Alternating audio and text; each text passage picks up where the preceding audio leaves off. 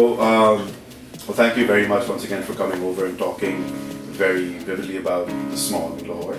So, one would like to ask, when did smog start becoming quote-unquote a big deal in Lahore? Well, smog is a type of air pollution.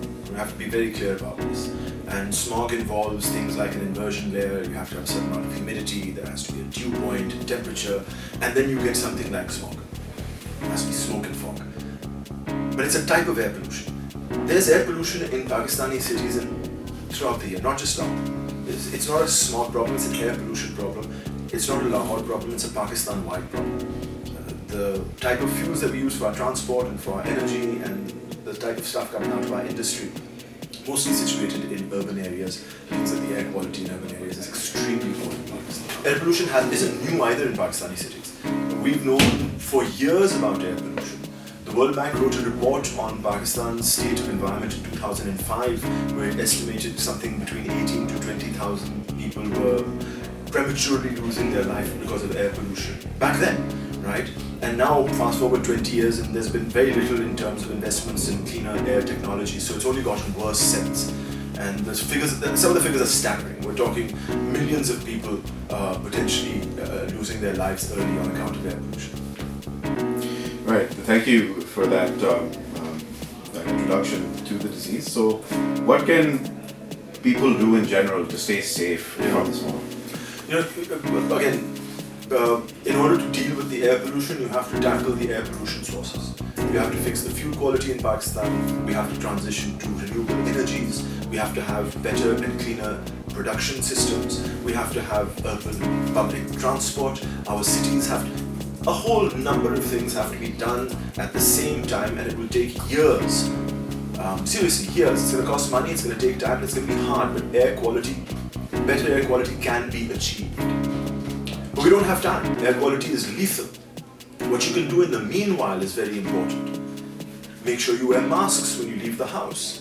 Make sure you have an air purifier in your home, or in your workplace, or in your kids' school. This is very important because indoor air is not cleaner than outdoor air. You have to make sure it's clean. And this is equipment that you can get that can really help.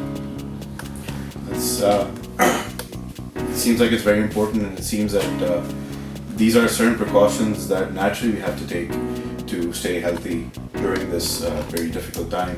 And lastly, I think it's also important to ask you what initiatives have been taken at the governmental level, and even, you could say, as a society, what have we done in terms of spreading awareness about the smog and to countering it as a whole?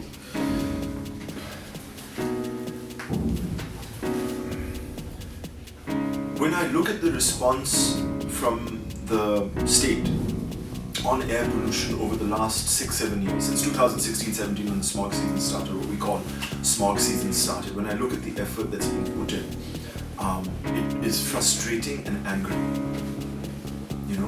Punjab has upwards of 80 million people who live in it, and most of it is shrouded in horrific air pollution.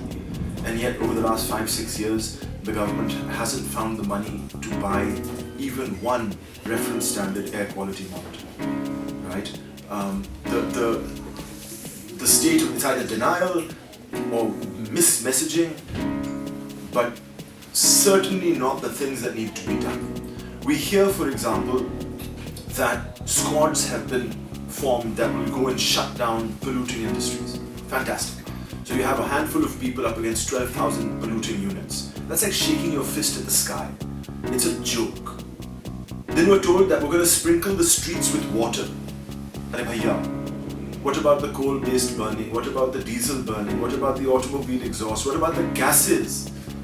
These are amateur things you're doing.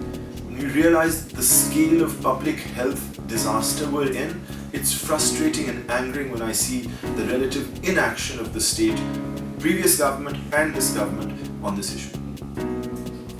Well, thank you very much for your time, Rafay. Hopefully we can take our learnings into account and actually create some viable action.